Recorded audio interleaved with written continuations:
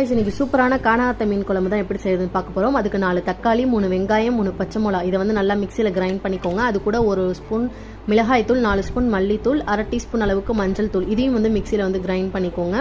So இதை அப்படியே ஒரு பவுலில் வந்து நம்ம வந்து ட்ரான்ஸ்ஃபர் பண்ணிடலாம். நெக்ஸ்ட் பார்த்தீங்கன்னா 1 மூடி அளவுக்கு தேங்காய் பால் வந்து எடுத்துக்கலாம். ஸோ அதையும் இது கூட ஆட் பண்ணிட்டு ஒரு புளி அளவுக்கு புளியும் வந்து கரைச்சி இதில் ஆட் பண்ணிக்கலாம். நெக்ஸ்ட் ஒரு பாத்திரத்தில் கொஞ்சமாக எண்ணெய், வெந்தயம், கருவேப்பிலை, அப்புறம் கொஞ்சமாக வெங்காயம் போட்டு மிளகாய் தூளும் போட்டு கொஞ்சம் நல்லா வறுத்து எடுத்துக்கோங்க. நல்லா கலர்ஃபுல்லாக இருக்கும். இப்போ நம்ம கரைச்சி வச்சு இந்த மசாலா தண்ணி இதில் ஆட் பண்ணிக்கலாம். தேவையான அளவு உப்பு, தண்ணி ஆட் பண்ணிவிட்டு இதை நல்லா வந்து கொதிக்க விட்டுருங்க. ஸோ இது நல்லா கொதிச்சக்கப்புறம் நம்ம எடுத்து வச்சு இந்த காணாத்தமனை இதை உள்ளே இறக்கிடலாம். மேலே வந்து கொஞ்சமாக கருவேப்பிலை தூவி விட்டு கொஞ்சம் நேரம் மூடி வச்சுருங்க.